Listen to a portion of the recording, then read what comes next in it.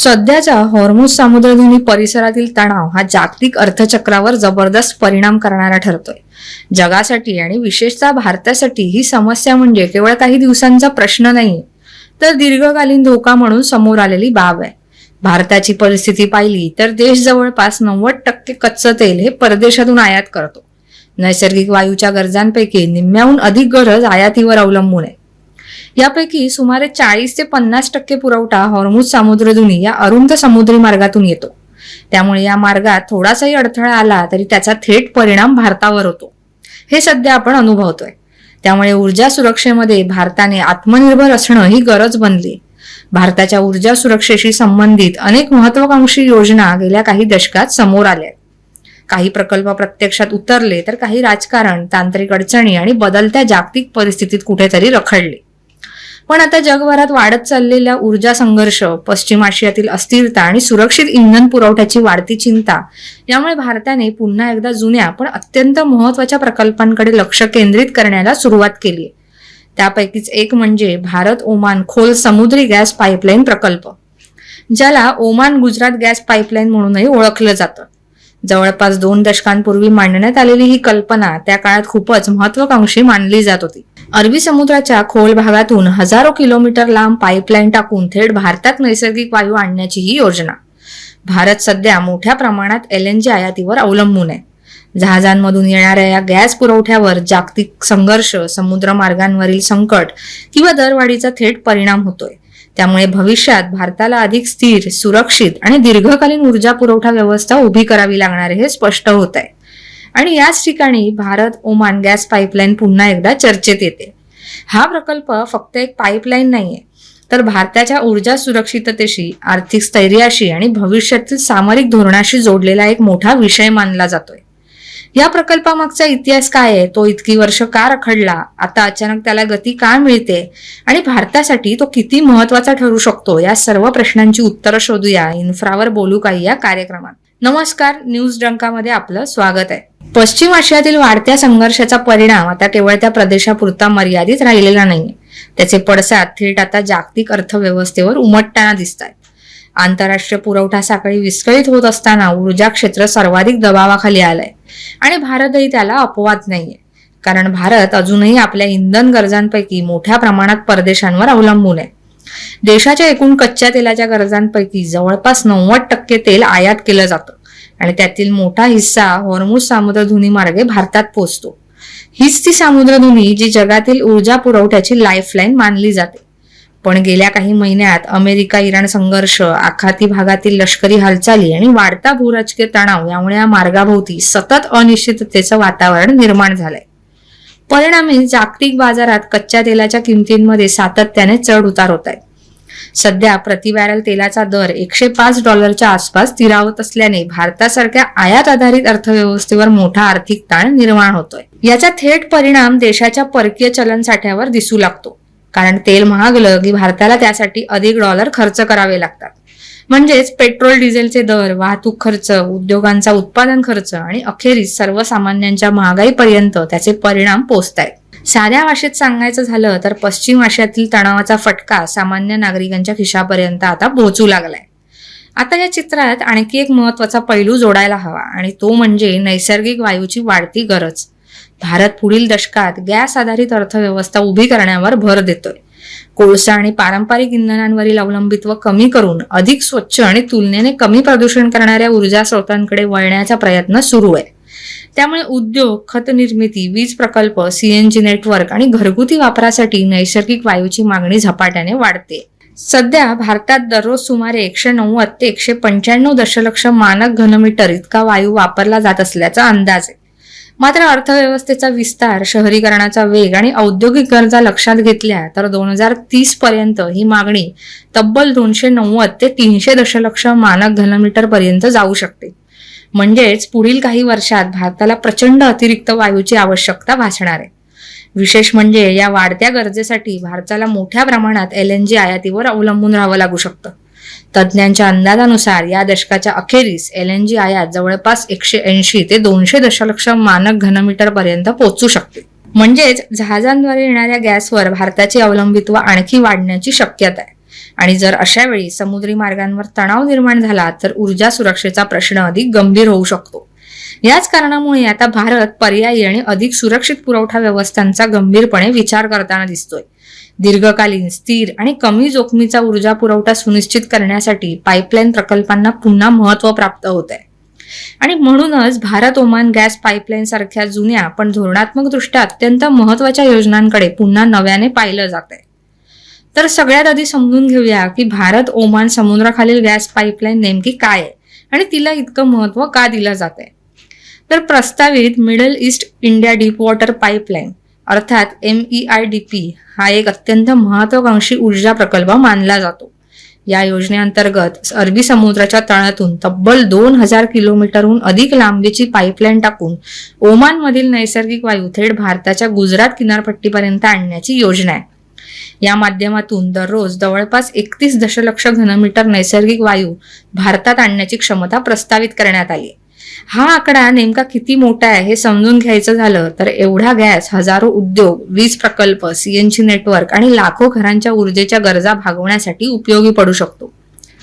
भारतात वाढत चाललेला औद्योगिक वापर आणि शहरांमध्ये झपाट्याने वाढणारी गॅसची मागणी पाहता हा पुरवठा भविष्यासाठी अत्यंत महत्वाचा मानला जातो. या संपूर्ण प्रकल्पासाठी अंदाजे 40,000 कोटी रुपयांहून अधिक खर्च अपेक्षित आहे. म्हणजेच जवळपास 4.7 ते 4.8 अब्ज डॉलरची गुंतवणूक. इतक्या मोठ्या प्रमाणावर समुद्राखाली पायाभूत सुविधा उभारणं हे कोणत्याही देशासाठी मोठं आव्हान असतं. त्यामुळे हा प्रकल्प पूर्णत्वास नेण्यासाठी साधारण 5 ते 7 वर्षांचा कालावधी लागू शकतो असा अंदाज व्यक्त केला जातोय. या योजनेच्या व्यवहार्यता अभ्यासासाठी gas authority of India limited, engineers India limited आणि इंडियन ऑइल कॉर्पोरेशन यासारख्या भारतातील प्रमुख सार्वजनिक क्षेत्रातील कंपन्यांची भूमिका महत्वाची असणार आहे. या कंपन्या समुद्र तळाची रचना, तांत्रिक अडचणी, संभाव्य खर्च आणि सुरक्षिततेच्या दृष्टीने सविस्तर अभ्यास करणार आहेत. या प्रकल्पाचं आणखी एक महत्वाचं वैशिष्ट्य म्हणजे त्याचा मार्ग. प्रस्तावित पाईपलाईन पाकिस्तान सारख्या राजकीय दृष्ट्या संवेदनशील भागांना पूर्णपणे टाळून ओमान आणि संयुक्त अरब अमिरातीच्या समुद्री क्षेत्रातून थेट अरबी समुद्र मार्गे भारतात येणार आहे. त्यामुळे भूराजकीय धोके तुलनेने कमी राहतील असा अंदाज आहे. यामुळे भारताला केवळ ओमानमधूनच नाही तर संयुक्त अरब अमिराती, सौदी अरेबिया, इराण, तुर्कमेनिस्तान आणि कतार यासारख्या देशातील विशाल गॅस साठ्यांपर्यंतही अप्रत्यक्ष प्रवेश मिळू शकतो. विशेष म्हणजे या संपूर्ण प्रदेशात जवळपास 2500 ट्रिलियन घनफूट नैसर्गिक वायूचा साठा असल्याचा अंदाज आहे. म्हणजेच भविष्यातील अनेक दशकांसाठी ऊर्जा पुरवठा सुरक्षित ठेवण्याची क्षमता या भागात आहे. पण या प्रकल्पातील सर्वात मोठं आणि थक्क करणारं आव्हान म्हणजे समुद्राची खोली. प्रस्तावित पाईपलाईन सुमारे 3450 मीटर खोलीवरून जाणार असल्याचं सांगितलं जातं. ही खोली किती प्रचंड आहे हे समजून घ्यायचं झालं तर जगातील सर्वात उंच इमारत बुर्ज खलिफा जवळपास 4 वेळा एकावर एक ठेवावी लागेल. इतक्या खोल समुद्रात पाईपलाईन टाकणं म्हणजे अभियांत्रिकी क्षेत्रातील अत्यंत कठीण आणि धाडसी काम मानलं जात आहे. असं असलं तरी गेल्या काही वर्षात खोल समुद्रातील पाईपलाईन तंत्रज्ञानात मोठी प्रगती झाली. अत्याधुनिक रोबोटिक्स, समुद्रतळ स्कॅनिंग आणि उच्च दाब सहन करणाऱ्या पाईप प्रणालीमुळे अशा प्रकल्पांची शक्यता आता अधिक वास्तववादी ठरली.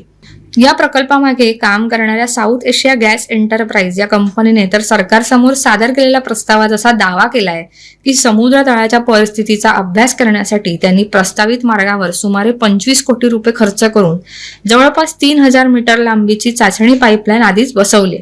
म्हणजेच हा प्रकल्प केवळ कागदावरची कल्पना नसून त्यासाठी प्राथमिक तांत्रिक चाचण्या सुरू झाल्या आहेत. ही झाली प्रकल्पाची तांत्रिक माहिती. आता जरा प्रकल्पाच्या इतिहासात डोकावून पाहूयात. तर या प्रकल्पाचा इतिहास समजून घ्यायचा असेल तर भारताच्या ऊर्जा परिस्थितीकडे पाहावं लागेल. 1990 नंतर भारताची अर्थव्यवस्था वेगाने वाढू लागली. उद्योग, शहरं, वाहतूक व्यवस्था आणि वीज निर्मिती यामुळे नैसर्गिक वायूची मागणी झपाट्याने वाढू लागली होती. मात्र भारताकडे स्वतःचे गॅससाठी मर्यादित असल्याने आयातीवर अवलंबित्व वाढत गेलं. सुरुवातीला LNG म्हणजेच द्रवीकृत नैसर्गिक वायू जहाजांद्वारे आयात करण्यावर भर होता.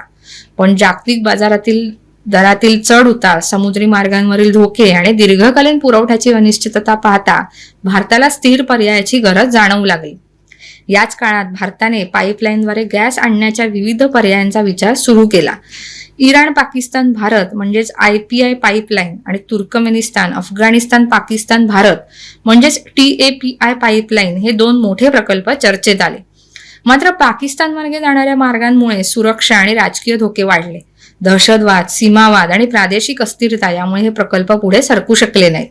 यासोबतच Oman Bharat deep water pipeline, Bharat Sri Lanka तेल पाईपलाईन आणि तापी गॅस पाईपलाईन यासारख्या अनेक कल्पनांवर 1990च्या दशकात आणि 2000च्या दशकाच्या सुरुवातीला चर्चा झाली होती किंवा त्यांना मान्यताही मिळाली होती. पण भूराजकीय परिस्थिती, प्रचंड खर्च आणि इतर आव्हानांमुळे त्यांनाही विलंब झाला. अशा परिस्थितीत समुद्राखालून थेट गॅस पाईपलाईन टाकण्याची कल्पना पुढे आली. 2000च्या दशकाच्या सुरुवातीला साऊथ एशिया गॅस एंटरप्राइज या कंपनीने ओमानमधून थेट भारताच्या गुजरात किनारपट्टीपर्यंत खोल समुद्री पाईपलाईन उभारण्याचा प्रस्ताव मांडला. त्या काळात ही कल्पना अत्यंत धाडसी आणि महागडी मानली गेली. हा प्रकल्प अभियांत्रिकी क्षेत्रासाठी मोठा आव्हान मानला जात होता. या प्रकल्पाला middle east India deep water pipeline अर्थात MEIDP असं नाव देण्यात आलं. या योजनेनुसार ओमानमधील नैसर्गिक वायू थेट गुजरातपर्यंत आणण्याची योजना होती. सुरुवातीच्या काळात या योजनेसमोर अनेक अडचणी उभ्या राहिल्या. सर्वात मोठं आव्हान म्हणजे खर्च. खोल समुद्रात पाईपलाईन टाकण्यासाठी प्रचंड गुंतवणूक आवश्यक होती. त्याचवेळी त्या काळात LNG आयात तुलनेने स्वस्त आणि सोपी वाटत होती. त्यामुळे सरकार आणि ऊर्जा कंपन्यांनी या प्रकल्पाकडे सावध भूमिकेतून पाहिलं. दुसरी अडचण म्हणजे तंत्रज्ञान. त्या काळात इतक्या खोल समुद्रात पाईपलाईन उभारण्याचा अनुभव जगात फार कमी देशांकडे होता. तरीही साऊथ एशिया गॅस एंटरप्राइज कंपनीने या प्रकल्पासाठी प्राथमिक अभ्यास सुरू ठेवला. पुढे 2010 नंतर परिस्थिती आणखी बदलली. पश्चिम आशियातील संघर्ष, तेलाच्या किमतीतील अस्थिरता आणि चीनच्या वाढत्या ऊर्जा रणनीतीमुळे भारताने ऊर्जा सुरक्षेकडे अधिक गंभीरपणे पाहण्यास सुरुवात केली. त्यातच रशिया युक्रेन युद्धानंतर जागतिक गॅस बाजारात मोठी उलथापालथ झाली. युरोपला पर्यायी पुरवठा शोधावा लागला आणि LNGचे दर प्रचंड वाढले. या संकटामुळे एक गोष्ट स्पष्ट झाली की फक्त जहाजांवर आधारित ऊर्जा पुरवठा दीर्घकालीन दृष्ट्या पुरेसा सुरक्षित नाहीये. याच पार्श्वभूमीवर आणि सध्याच्या पश्चिम आशियातील युद्धजन्य परिस्थितीमुळे ओमान गुजरात गॅस पाईपलाईन प्रकल्प पुन्हा एकदा चर्चेत आलाय. विशेष म्हणजे हा मार्ग पाकिस्तानसारख्या संवेदनशील भूभागांना टाळतो. त्यामुळे भूराजकीय धोका तुलनेने कमी मानला जातो आणि म्हणूनच या योजनेला गती देण्यात येते. आता पाहूया भारताच्या ऊर्जा सुरक्षेसाठी हा प्रकल्प किती महत्वाचा मानला जातो आणि त्याचे संभाव्य फायदे काय आहेत. या प्रकल्पाचं सर्वात मोठं वैशिष्ट्य म्हणजे दीर्घकालीन ऊर्जा सुरक्षितता. सध्या भारताला LNG जहाजांवर अवलंबून राहावं लागतं. मात्र समुद्री मार्गांवर तणाव निर्माण झाला किंवा जागतिक बाजारात दर वाढले तर त्याचा थेट फटका भारताला बसतो. रशिया युक्रेन युद्धाच्या काळात भारताने ही अस्थिरता जवळून अनुभवली. त्यावेळी गॅसच्या किमतींमध्ये मोठी वाढ झाली होती. अशा परिस्थितीत पाईपलाईनद्वारे थेट पुरवठा सुरू झाला तर तुलनेने स्थिर दरात इंधन उपलब्ध होण्यास मदत होऊ शकते. त्यामुळे आयात खर्च आणि परकीय चलनावरील दबाव काही प्रमाणात कमी होण्याची शक्यता आहे. पर्यावरणाच्या दृष्टीने हा प्रकल्प महत्वाचा मानला जातो. कोळशाच्या तुलनेत नैसर्गिक वायू अधिक स्वच्छ इंधन आहे. त्यामुळे कार्बन उत्सर्जन आणि प्रदूषण कमी करण्यास मदत होऊ शकते. भारत स्वच्छ ऊर्जेकडे वाटचाल करत असताना अशा प्रकल्पांना अधिक महत्त्व प्राप्त होते. म्हणूनच भारत ओमान समुद्राखालील गॅस पाईपलाईन हा केवळ एक ऊर्जा प्रकल्प नाही तर भविष्यातील आर्थिक स्थैर्य, औद्योगिक विकास आणि सामरिक स्वावलंबनाशी जोडलेला दीर्घकालीन धोरणात्मक उपक्रम मानला जातो. योग्य नियोजन आणि आंतरराष्ट्रीय सहकार्य मिळाल्यास हा प्रकल्प भारताच्या ऊर्जा क्षेत्रासाठी भविष्यात मोठा टर्निंग पॉइंट ठरू शकतो. एकूणच काय तर 21व्या शतकातील जागतिक राजकारण आणि अर्थव्यवस्था समजून घ्यायची असेल तर ऊर्जा हा शब्द केंद्रस्थानी ठेवावा लागतोय. आणि जागतिक बाजारातील अस्थिरता पाहिली तर ऊर्जा सुरक्षेचा प्रश्न आता प्रत्येक देशासाठी राष्ट्रीय सुरक्षे इतकाच महत्वाचा बनलाय. ऊर्जा सुरक्षेच्या दृष्टीने पाहिलं तर अमेरिका जगातील सर्वात मजबूत देशांपैकी एक मानली जाते. गेल्या 2 दशकात अमेरिकेने शेल ऑइल आणि शेल गॅस क्रांती घडवून स्वतःचं चित्र पूर्णपणे बदललंय. एकेकाळी मोठ्या प्रमाणावर तेल आयात करणारा अमेरिका आता जगातील सर्वात मोठ्या तेल आणि गॅस उत्पादक देशांमध्ये गणला जातो. त्याच्याकडे प्रचंड स्ट्रॅटेजिक पेट्रोलियम रिझर्व्स आहेत. शिवाय उत्तर अमेरिका खंडात पाईपलाईन नेटवर्क इतकं मजबूत आहे की ऊर्जा पुरवठा खंडित होण्याचा धोका तुलनेने कमी राहतो. म्हणजेच अमेरिकेची ऊर्जा सुरक्षा मोठ्या प्रमाणात स्वदेशी उत्पादन आणि भक्कम पायाभूत व्यवस्था यावर आधारित आहे. रशियाची ताकद वेगळी आहे. रशियाकडे जगातील सर्वात मोठ्या नैसर्गिक वायू साठ्यांपैकी एक आहे. युरोपला दशकानुदशके गॅस पुरवठा करून रशियाने ऊर्जा क्षेत्रात प्रचंड राजकीय प्रभाव निर्माण केलाय. नॉर्थ स्ट्रीम आणि इतर पाईपलाईन प्रकल्प हे फक्त व्यावसायिक प्रकल्प नव्हते, ते भूराजकीय साधनही होती. मात्र रशिया युक्रेन युद्धानंतर युरोपने रशियन गॅसवरील अवलंबित्व कमी करण्यास सुरुवात केली. यामुळे एक गोष्ट स्पष्ट झाली, ऊर्जा पुरवठ्यावर अति अवलंबित्व कोणत्याही देशासाठी धोकादायक ठरू शकतं. चीनने या बाबतीत अत्यंत दीर्घकालीन धोरण स्वीकारलंय.